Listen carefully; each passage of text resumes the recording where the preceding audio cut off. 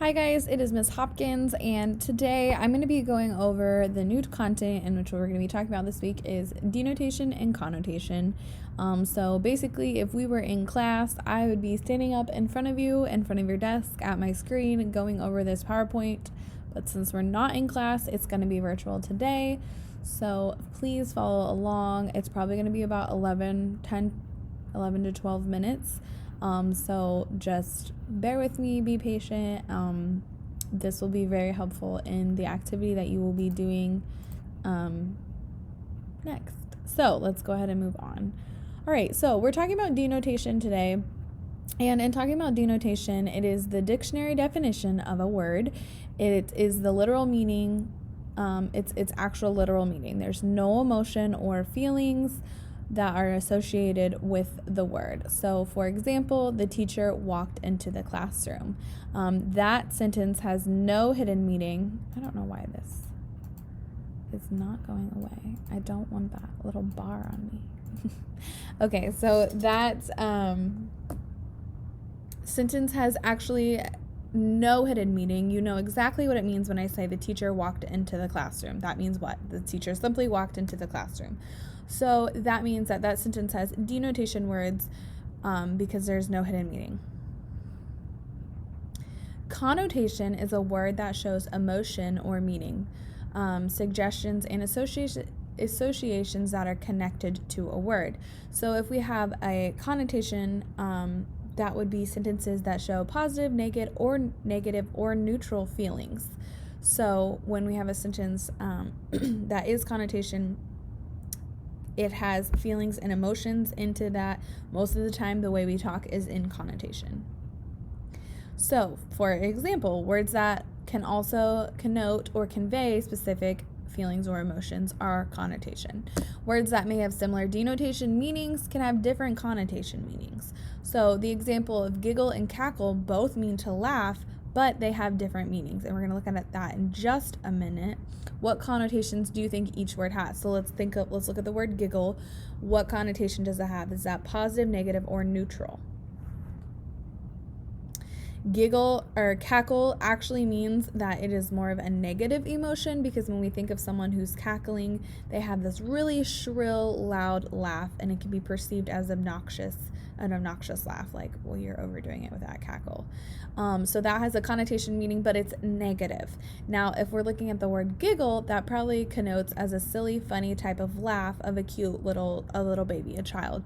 We say, that maybe like babies giggle. You're used to hearing that, babies giggle. So that would be a connotation sentence or word, but it has positive. So look at the difference of giggle compared to cackle. Giggle would be positive because we associate it with like a fun vibe kind of thing. Cackle would be more of a negative connotation because that's annoying when someone cackles, right? So looking at another example of this would be that the eerie fog hovered in front of the abandoned house. Now I want you to look at this sentence and tell me, what words do you think create the connotation? Like, what mood is being set here?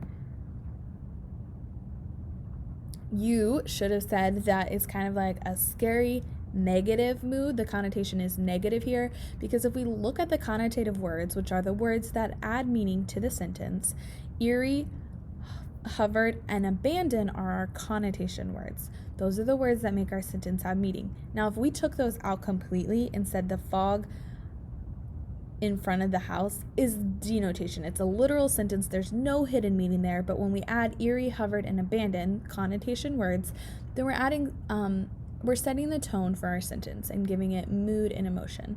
So if we look at each word individually, eerie creates kind of a negative feeling.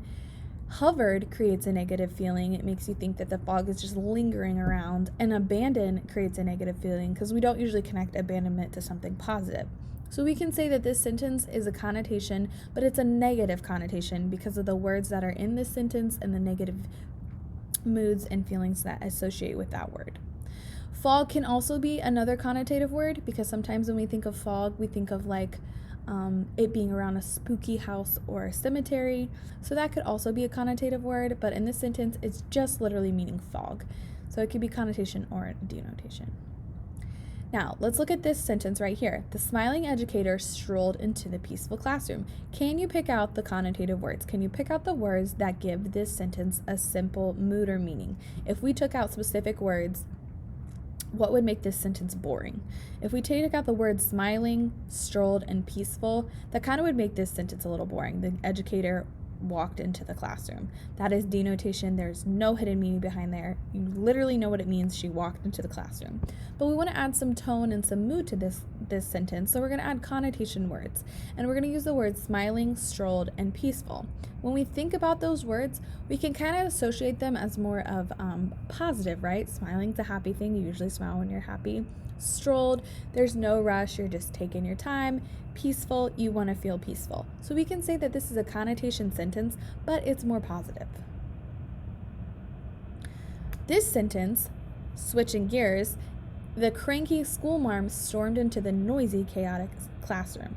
Now, we know that this is a connotative sentence because it has mood and emotion. If we just said this, the teacher walked into the classroom, that's our denotation sentence for this example, because that means literally just walked into the classroom. But because we add the word cranky, schoolmarm, stormed, noisy, and chaotic circus, this is now a connotation sentence. But is it positive or negative? It is negative, because if we look at the connotative words in this sentence, they kind of have a negative meaning. Like cranky, that's a negative feeling, right? Schoolmarm refers to like an older woman, an older female teacher back in my old days, like country school, who's really strict and prim. So that has a negative connotation, a negative tone to it. Stormed, normally when you storm somewhere, you're not very happy. So we can associate that as negative as well. Noisy, chaotic circus. No one teacher wants their classroom to be a noisy, chaotic circus. So that's negative. So this sentence is a connotation sentence because it has those words that create a mood and set the tone for the sentence, but it's a negative connotation because of the words that are associated. This is once again the example here. It's pulling out the positive versus the negative words. So the positive words, as we said, were smiling, strolled, peaceful classroom, right? And then our negative words were the cranky schoolmarm stormed into the noisy, chaotic circus. We are going to not do that. We're not going to do that. We're not going to do that. Okay, so let's look at this.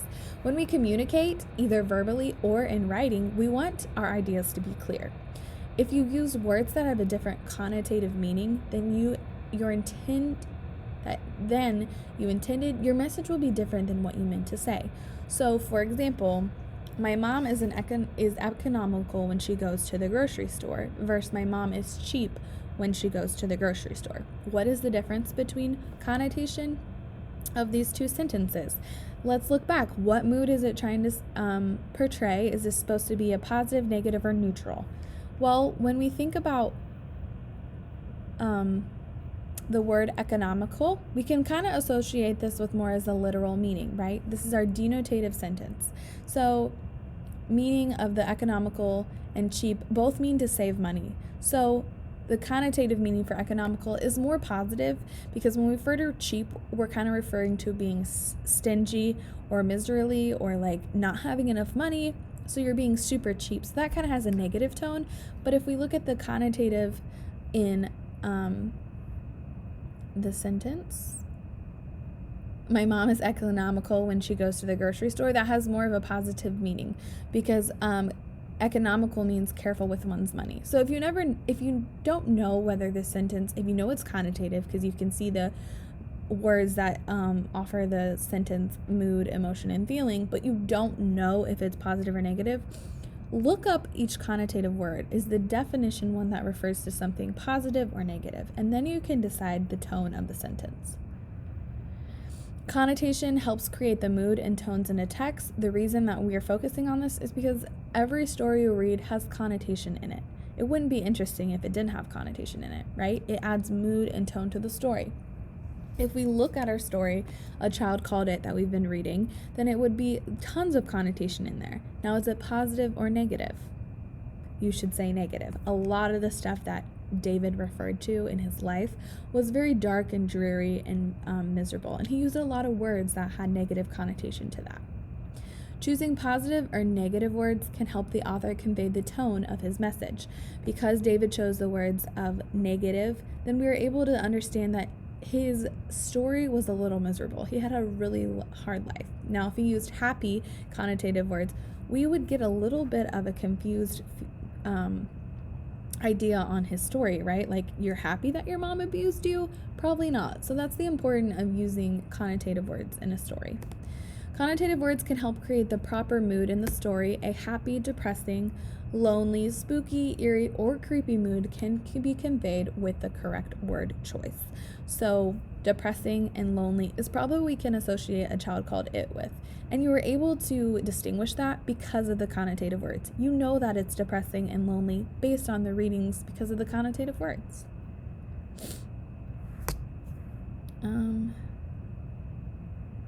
Nope. Okay, so this is your assignment for today, and I'm going to go through this. I'll show you what you need to do. You are going to be writing a description of 2 houses based on the images that you're shown.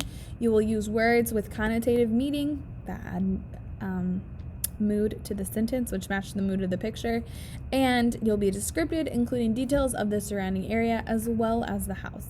So first, you're going to write the description of this house.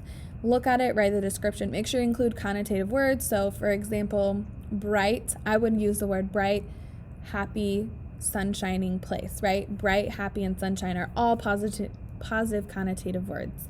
We associate that with like happiness and good feelings and warmth. And then you're going to write a connotation for this house. But you're going to pretend that you're a real estate agent. So a real estate agent is someone who sells homes, and you're going to try to convince the buyer to buy this house. So you have to be positive so that they buy this creepy, spooking looking house. So you want to make sure your words are positive connotative words. Now let me go to your assignment and show you exactly what you'll be doing. You're going to click on my course right here. You can click on today's Cycle 3A. We're whether you choose to do this Monday, Tuesday, Wednesday, it doesn't matter. It'll be linked to all these days. Click the date, and it will take you not here. Whoops, this is the wrong. I need to update that. That is not linked. I'm so sorry, guys. Okay, so it should link you to this module right here. All of your tasks are located here. You're going to click on task 2, and you're going to click the link for the assignment here. That will load you into, oh, this is not linked. I was not prepared. I'm very sorry. That will link you to today's assignment called Connotation and Denotation House. And then you'll hit this button here and it'll load you into a new window. And then this is your actual assignment.